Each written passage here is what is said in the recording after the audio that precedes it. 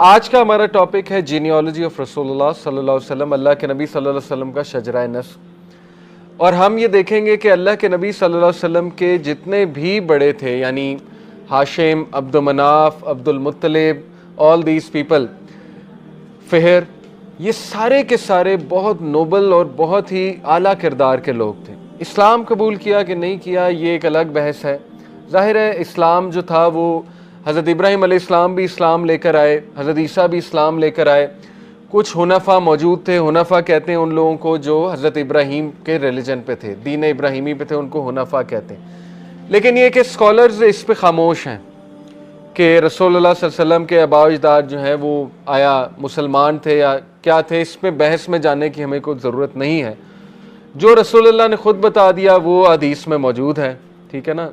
तो वो तो बता दिया, अबू तालिब के बारे में बता दिया, अपने वालिद के बारे में बता दिया, अब्दुल मुत्तलिब के बारे में। लेकिन ये कि ज़्यादा हमें इसमें खोज में लगने की कोई ज़रूरत नहीं है। एनीवे, लीनिएज ऑफ रसूलुल्लाह इज़ डिवाइडेड इनटू 3 कैटेगरीज, समझ लें। पहली कैटेगरी जो है वो है बिटवीन हिम एंड अदनान।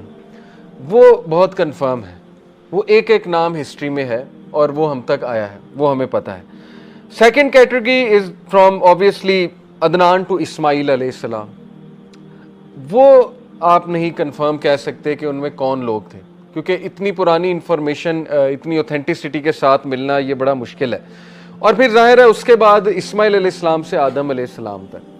अब जाहिर है सब कॉन्टिनेंट में आपको मिलेगा शजरा नसब अप टू आदम अलैहिस्सलाम, लेकिन वो ऑथेंटिक नहीं है। जो ऑथेंटिसिटी से बात की जा सकती है वो ये कि अदनान तक बात की जा सकती है। तो हम भी अदनान तक ही देखते हैं इंशाअल्लाह ताला। प्रॉफिट सल्लल्लाहु अलैहि वसल्लम की ये शजरा नसब मैं समझता हूँ सबको याद होना चाहिए। प्रॉफिट सल्लल्लाहु अलैहि वसल्लम is Muhammad bin Abdullah bin Abdul Muttalib bin Hashim bin Abd Manaf bin Qusai bin Kilab bin Murrah bin Ka'b bin Luay bin Ghalib bin Fihr bin Malik bin नज़र बिन किनाना बिन खुज़ैमा बिन मुद्रिका बिन इलियास बिन मुदर बिन नज़र बिन माद बिन अदनान। ये इतनी जनरेशन्स हमें पता है रसूलुल्लाह सल्लल्लाहु अलैहि वसल्लम। तो बहरहाल सम ऑफ देम प्रॉफिट सल्लल्लाहु अलैहि वसल्लम ने मेंशन खुद किए, जैसे अल्लाह के नबी सल्लल्लाहु अलैहि वसल्लम ने कहा Allah chose Kinana from all of the descendants of prophet Ismail.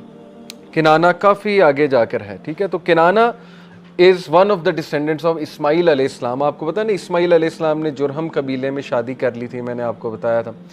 वहाँ से दे बिकेम दी अरबाइज्ड अरब्स। हज़रत इस्माइल ने भी अरबी सीखी और उनकी औलाद ने भी, तो वहाँ से फिर अरब्स निकले।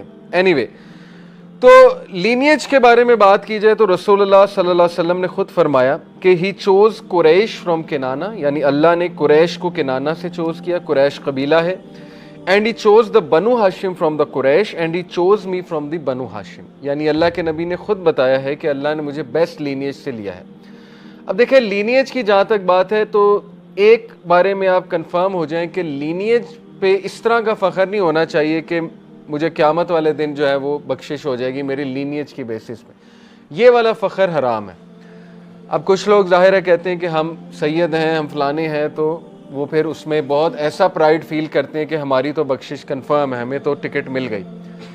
तो ये वाला फ़ख्र गलत है। लेकिन ये कि एक हद तक फ़ख्र करना, ज़ाहिर है लीनियज बहुत मैटर करता है। एक बंदा बहुत अच्छे ख़ानदान से आ रहा है, बड़े नेक लोग गुजरे उसके ख़ानदान में, तो ये इस पे फ़ख्र करना कोई बुरी बात नहीं है और इसके बारे में बताना भी कोई बुरी बात नहीं है। लेकिन इस सेंस में बताना कि दूसरे को नीचा देखना, ऑब्वियसली वो फिर गलत हो जाएगा। तो इसके बारे में आप बहुत क्लियर हो। एनीवे, तो हम देखते हैं कि अल्लाह के नबी सल्लल्लाहु अलैहि वसल्लम ने हमें ख़ुद क्या बताया और हमें हिस्टोरियंस क्या बताते हैं अल्लाह के नबी सल्लल्लाहु अलैहि वसल्लम के मुख्तलिफ जो आबा अजदाद हैं उनके बारे में। तो एनीवे, जैसे देखें जाफ़िर बिन अबी तालिब ने भी नजाशा के दरबार में क्या कहा था, नजाशी के दरबार में उन्होंने भी यही कहा था कि हम एक ऐसे शख्स को जानते हैं जो नबी है ना, ये ऐसा शख्स है कि इसकी लीनियज का हमें बहुत अच्छे से पता है। तो इस तरह का शख्स झूठ नहीं बोल सकता जिसकी लीनियज बहुत अच्छी हो, यानी झूठ तो हराम है उस पर। इसी तरह से मुगीरा इब्न शुबा एक सहाबी हैं, जब वो खड़े हुए यज़दार्द के दरबार में, एम्परर ऑफ पर्शिया यज़दार्द, तो क्या कहा उन्होंने यज़दार्द को, जो लास्ट एम्परर था पर्शिया का, हज़रत उमर के दौर में जब फतह हुआ था ना पर्शिया, तो उन्होंने भी यही कहा था Allah sent us a man, we know his lineage and we know where he came from, and his land is the best of the land. His lineage is the best of lineage, and his house, meaning his kabila, is the best house, and his tribe is the best tribe, and he himself is the best of us. यानी इस तरह praise किया करते थे साहबा अल्लाह के नबी को। तो ऐसा शख्स झूठ नहीं बोल सकता। इसीलिए हमें लीनियज के बारे में पता होना बहुत ज़रूरी। देखें ना, एक शख्स गलत नबूवत का दावा करता है, आप उसका लीनियज उठा लें, अगर उसके लीनियज में कुछ भी नहीं है तो फिर इसका मतलब ऐन मुमकिन है कि वो झूठा दावा ही कर रहा है, लेकिन ऐसा शख्स झूठ नहीं बोल सकता। नाउज़ुबिल्लाह।